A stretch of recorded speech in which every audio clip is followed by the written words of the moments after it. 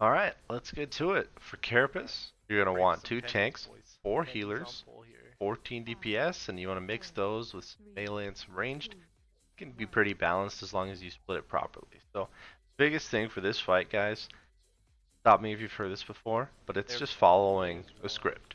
Just doing a dance. The entire fight, including phase 1, is a lot more consistent. All the spawns are very set. So you just want to be consistent pull to pull is your biggest friend here. So one thing I'm going to do right here, just to start out with, I want to talk about the plan document that we had. The first thing for this fight is the lock gate macro.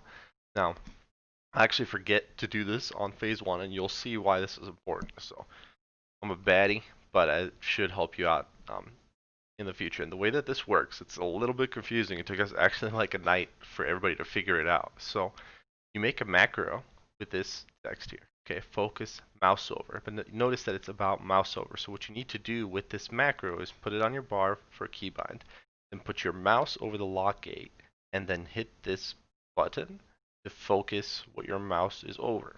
This seems obvious, but bear with me. Now, once you have that gate set as focus, go into your key bindings under the targeting option, and bind interact with mouse over. So the reason that you put your mouse over as a focus is so that you can find your focus frame.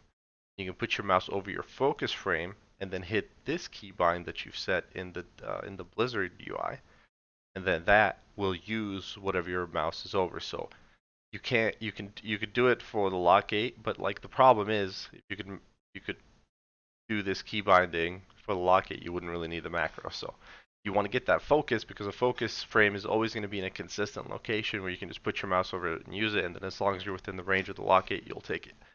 Trust me, that you'll want to do this. Otherwise, you'll be late taking the gate, which could lead to some issues. So. All right. Next thing is positioning. The tentacle smashes. You can see our positioning here. Big note here for group 3, which is at the very back. We actually ended up only using Q, who's a Warlock, so Warlock can easily solo that with current gear levels. Ended up working fine. Grak being in the middle group made it easier because you really don't want this person to get aggro from the little ads that are running around. For the second tentacle smash, you use the cloak to go over to the back, and you'll see me do that in a bit. There is a point where you might want to hold DPS for the transition from phase 1 to 2. On the kill, we don't actually end up doing that. This split is very important, but you're going to want to fit this to your raid group. This is for phase 2. We ended up putting fire mages on the right along with classes that could DPS. This top right shallow double set is actually 3 of the wall cysts. So you're going to want to make sure you do that, or growths. And then as you kind of go on down to phase 3, I will pause video again to talk about phase 3's movement in detail, but I would strongly recommend that you write out a timeline, at least for your raid leadership, that they can get used to how this phase is going to work, because it's just back to back. This is one of my favorite fights. I know some people really don't like it, but the way that this is scripted and the way that it's consistent and the way that it is tuned, I think are like in a really good spot by Blizzard. So let's get into the fight itself and take a look. So on pull, all the ranged and the healers kind of stay in the central area, mainly obviously on the boss. Fire mages started being up here on the top right for whatever reason. I think it's because they were being in a place where they could be consistent. So again, find your spot, hit the same things over and over so that if you do need to make some raid leadership adjustments, here you'll see me interrupting Breed Madness. You want to interrupt that after the cast completes. You can actually wait until halfway through the channel if you want to. The reason I do that one very early is because the absorb shield goes onto it very soon thereafter, and you can't interrupt it while it has that shield on it. So, you want to find kind of your bounces. The blue orbs on the ground are new on Mythic.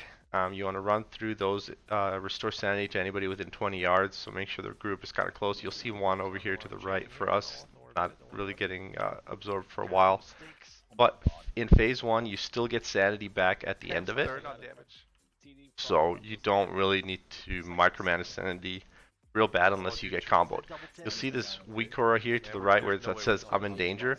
That's because like the healer debuff on this fight, it actually slaps real hard on Mythic. So when I have that debuff, you'll see me kind of play defensively and use defensives if it overlaps with a mind bomb as well. Very juicy tendies so far. I have another interrupt coming up here.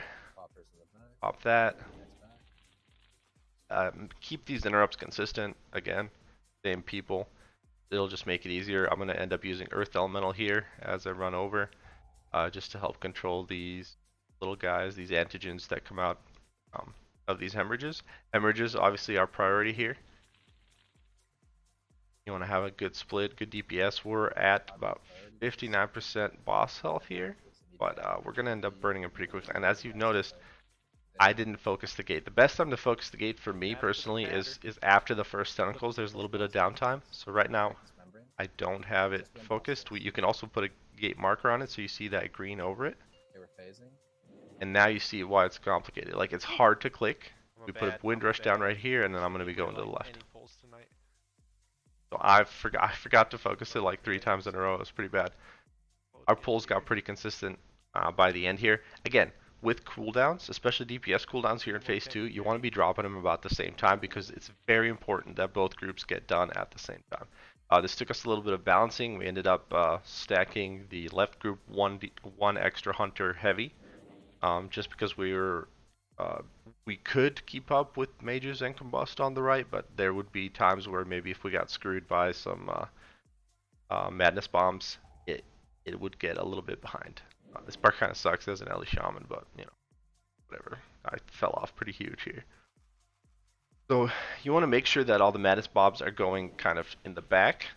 The rest of the group should be staying together with not even really the tank, just moving together one by one to each set of growths on the wall. And then the madness bombs just need to be a little bit ahead. Real quick, I do want to talk about this. Should we make pink? Okay. So you see these red circles on Mythic. As soon as you hit one of these little floor cysts, they'll start a countdown, and when that countdown expires, they'll explode in this red circle, which will disorient you, and it'll cover the ground back into shit, which will slow everybody down, and then they're actually not attackable for a little while. So very important that you don't hit things like this cyst early when you hit this, because otherwise this whole area will be covered with shit as you're dealing with these last 2 growths. So make sure that you be disciplined about which ones of these you're attacking. Do not use them to pad.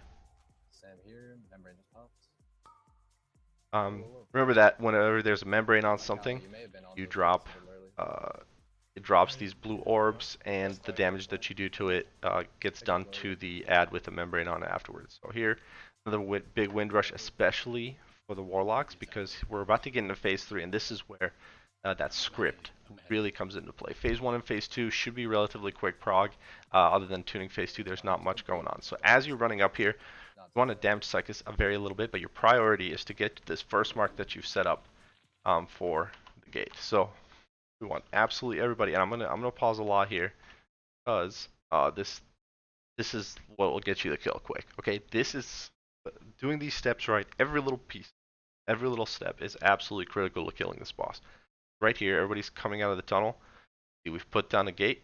I'm gonna put my mouse over that gate to use this macro, and then we're gonna all stack right here around star. Our warlock is gonna test the gate for himself, which he should not do. So don't think that that's on purpose. That was just a misclick. But it's very important that you don't stack on the gate. You want to stack next to it so that you can use your interact macro. Maybe we're almost like a little bit too far, but you can strafe towards the gate and use that mouse over and not be a problem. But it's very important that you bait all of your darknesses in the same and consistent way, because that's what's going to influence the way that you have the room that you have to work with the blue stuff on the ground as the phase goes on. So we're going to take this. There's not a lot of time here. Okay, so use a weak aura that tells you exactly when to move. Use that mouse over macro and then set up kind of off to the right. Now, what happened here? We're going to get some membranes. You heard Bly call Aka LC Squawk. That's going to be these people that get marked with markers over their head, and they're going to dip into the blue because they have now player-targeted membranes. This is the way that you manage sanity in phase 3. You're going to get some from the boss, which is what this is. We broke a membrane on the boss, and that's the reason that we face him this direction. Okay, so we face him in this direction so that it's easy to hit this orb and still splash the raid group. And then these people, when they're breaking their membranes, they're facing this way so that their orbs also land in a good spot. Because you'll see it's very important that we're able to hit those quickly, because we're going to get a madness bomb or insanity bomb at this point very soon thereafter. And then also, as a raid membership group, raid leadership group, I should say, make sure that it's the first time you get into phase 3, the first thing you figure out, and every time you get to this pizza slices between the Siths, every time you get to these, get used to putting down your raid world markers, because that's what's going to help you figure out how you want to place your darknesses. That's hugely important. Pop that. They're going to break their membranes. We're going to get 3 bombs. Boom, boom, boom. Back to back. I'm at full sanity. And then, okay, this was, I dropped Tremor here. Keep DPSing a little bit. This right here, okay, don't be too proud and think that you can figure this out on the fly. Okay, we actually did. The first time we were expecting to go into phase 3, we were like, you know what, sandy bombs, we'll figure it out. We'll give people kind of a rough idea. We'll say melee needs to be in the boss, near the boss. But there's not a lot of room. There's not a lot of time, and you'll wipe a lot more if you're expecting people to kind of figure this out on their own. So we actually ended up reassigning spots, or little areas for people to go to. We gave them that diagram, and then after everybody had that diagram, we let them kind of figure out and fill it in. You'll actually see that we have several people on the other side of the sys. The mages, specifically with Blink, they can go across there and get back and collapse really quickly. After this detonates, this is why I start putting Tremor down on the ground, because you want to maximize the time that you have to collapse back in on the boss and kill off these ads. And then you're going to move to circle for the next big movement. So, but seriously, reassign these spots. It sucks. It's a little bit more work for your raid leader or your raid council, or whatever, but it will help a lot. People need to kind of know where to go, and it's going to be huge for you for surviving in this phase. And you really have to do this, because remember, the insanity bombs, they don't really do sanity to you. They don't take away sanity from you if it's just your own. But as soon as you get overlapped, it's going to drain a huge chunk. I think it drains like 30 sanity when you're hit by somebody else's. Not only that, the lower your sanity is in phase 3, the more damage these do when they explode. So the later explosions get a little bit spicy, which is why you use defensives on that very last one. And we'll get to that here. But I'm sorry, I'm talking a lot here with video pause, but this is it's so important. Get back in there. AoE down the antigens. I'm a slow LE shaman, and I didn't even get an earthquake down on these guys. So bye damage meter. Make sure that you avoid the tendies. Play safe. They're in very similar spots each time. Again, I would recommend a Wikora to move. Do not move early. That has a huge danger of putting the pool in the. So the interesting thing we noticed about this anguish pool is that it's receding, right? So it's moving away from us. So you'll actually hear Squawk calling that. In fast, watch the recede. Watch the recede. You hear the watch the recede. Okay, there's also a red cyst blowing up, which is the one we ran through with Windrush in that last movement. So first Windrush skate, second Windrush movement. So far, guys. And this Windrush will actually be Lightfoot potions, and I'll talk a little bit about that. We're spreading here. When this. Alright, so right here, we're spreading. Okay, everybody's spreading for Madness Bomb, Insanity Bomb. You have a lot of space here, so you don't really need people to dip into Sys or move over. But you'll see that we're moving the boss over here. Okay. At first, when I looked at some of the guide videos and they were doing this, I was like, why the hell are they doing this? The reason that you do this is because if you don't and you keep him in here, maybe to keep him DPSing, it's not really a huge deal. But what happens is when you take this move and you get over here, he will stop in the area with the blue shit, and you'll lose a huge amount of uptime back here, because you'll be casting in the blue and you're not going to be able to hit him. Plus, you're probably going to get a bad blue orb spawn.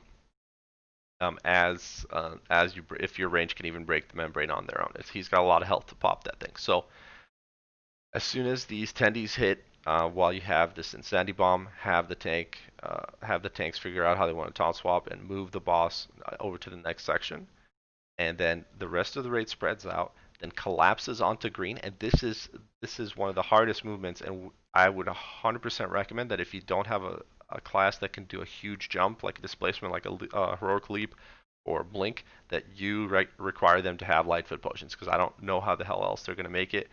We ended up even taking Windrush off of this and just having people use lightfoot potions, because it's crazy important, and you have to get across fast because you're trying to beat tentacles slamming down. So pay attention to how this next move happens here. Boss goes away.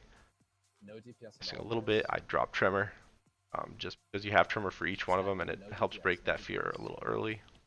Stack up. Don't DPS. Hold. And now you have to go. So this is a lightfoot potion move, and look at how far you have to go. So I don't. If you don't, it's very hard even with a double movement to make this across successfully. That was a good move. Really good move. So we move it.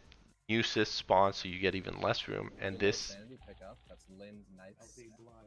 Okay, right here, I want to point out a huge brain play by everybody that got this adaptive membrane. Okay, I thought this was gonna kill somebody, but when I saw this happen, okay, so there's a tentacle shadow within this infinite darkness zone. Okay, and you see that these heroes with these marks over their heads, most people would just run into this, okay, and die.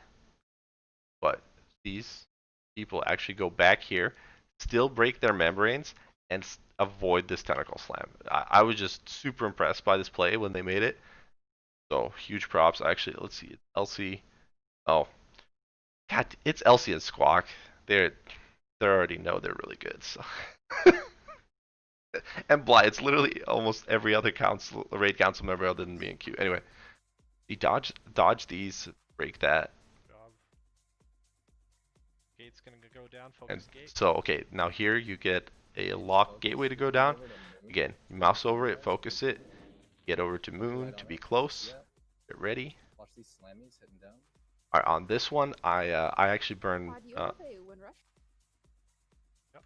I burn a Windrush for us to have a movement boost when we leave the gate.